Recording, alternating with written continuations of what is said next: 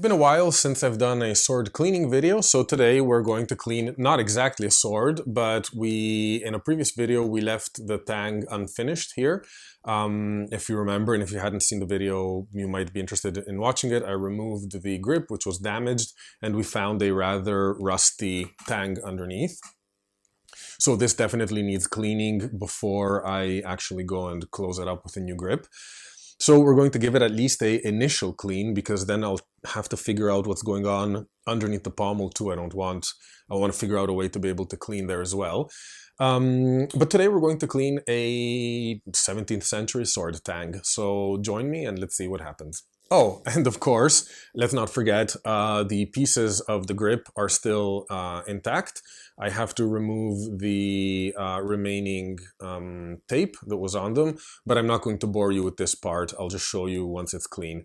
What's really interesting about these is that you actually see the signs of the wire wrapping. So I now know that this grip was originally wrapped in metal wire, and I even kind of through it, we can tell how thick it was and how many wraps there were. And this is going to be really useful in hopefully reconstructing a historically accurate grip. So let's go. Okay, so this cleaning project definitely offers some logistic challenges. As you can see, the location of the part we're going to clean, which is the tang, is not the most convenient. It's not impossible to reach, but it's not the kind of sword that you work on with a sponge and just kind of glide your way across the blade.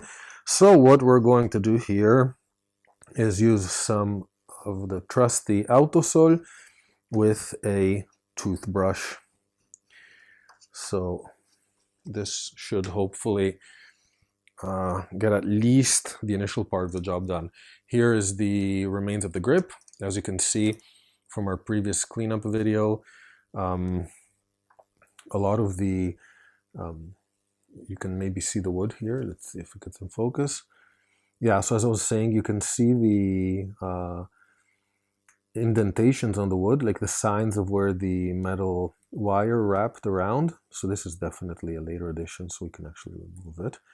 But as I said, I'll do this off camera to spare you the boredom.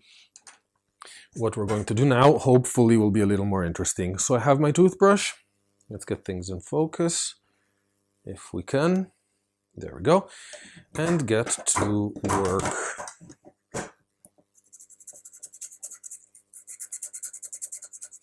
I should have probably showed you a close-up if I already did not from the previous video, but this is the current state of the tang. So you can see a lot of active rust was under there, and we definitely want to take care of that before, at least stabilize it, if not remove it, because that might not be the easiest thing to do. Especially like the tang itself, I'm not too worried about. I'm a little more worried about the sections between the pommel and the peen, and between, let's say, the end of the blade here. So the hidden sections, let's say. Those I'm a little concerned about because I can't reach them, and I don't know to what extent they may have rusted. But we can only do what we can do. So, is that in focus?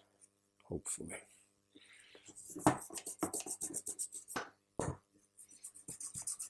So I'll start just with a light cleanup, like a first pass, and I'll clean it right away to see what's up, how much that rust is holding up or not, and then we'll take it from there.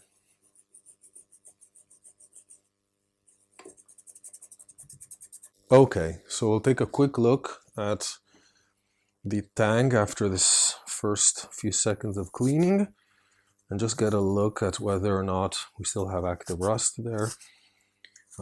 If so, how much there is, and so on. Oh, well, it's also reachable with a sponge, I think. So, yes, it does seem reachable with a sponge.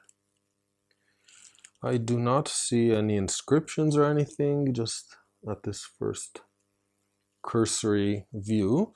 So what I'm going to do now is change things up a little, but it seems to be doing okay. We'll grab a sponge on the abrasive side and I'll kind of focus on one side at a time of the tang.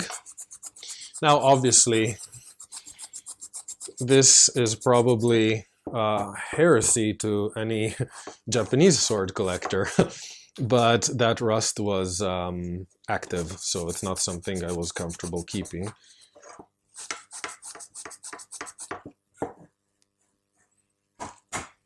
Turn it this way.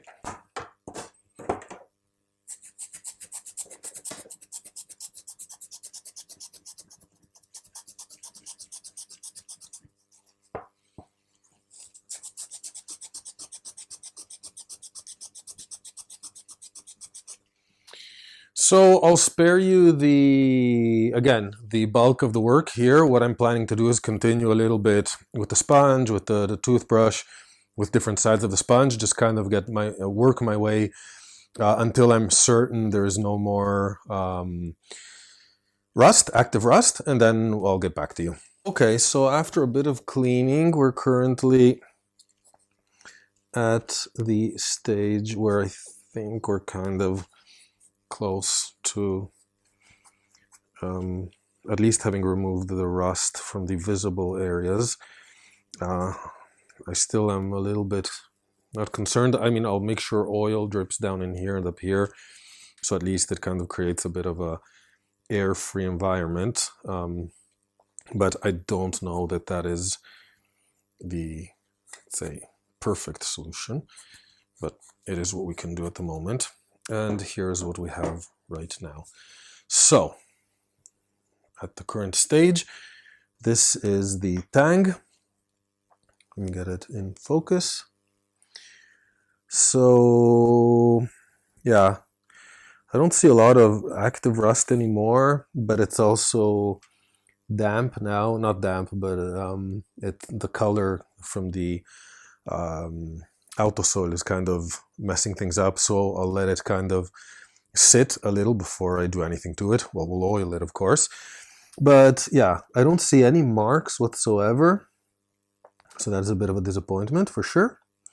What I did find though, which seems like a mark, let's see if I hadn't seen it previously, but this seems to be a Z or a Z or a 2.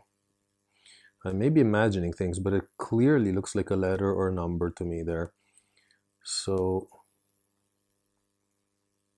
especially in certain angle, and it's in a position where it kind of makes sense. It's so central there that it does seem like a mark. I can't for the life of me imagine what that may be. Another interesting thing is, perhaps you can see it up here, there were some shims, like some little nails or little pieces of steel, I think, a little, or iron, some like little nail driven into the, between the tang and the hilt. So I don't know if this happened at the point where the sword was, I imagine it happened when the sword was being restored. So we'll now clean it up from the residue of autosol that we have all over the place here. So quick clean up, and then we'll get things oiled up, and we should be golden. At least for a bit. I'll definitely keep this sword under observation, let's say, just to make sure that rust doesn't form again before I decide to close the gap there. We'll use the sponge on its clean side. Oh, there we go, spilling oil. Being very generous with the oil. Sorry for the focus. I'm being quite generous here, one, because I always overdo it with oil, but two, I really want it to seep into the gaps. So And this is one case where I'm really not concerned at all about excessive oil use.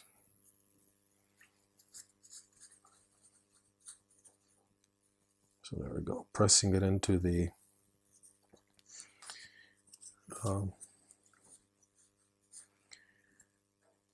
into that gap there near the hilt.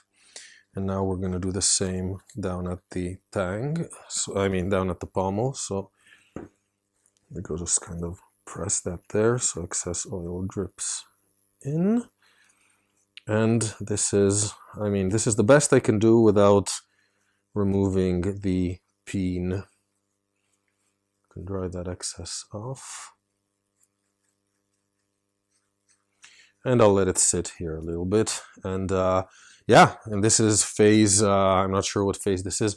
Phase 2. If phase 1 was removing the grip, this is phase 2. It's oiling up the tang here and cleaning it. Phase 3 will be in a few weeks or whenever the time comes, and I see that there's no new damage forming, then it will be time to think about the new grip.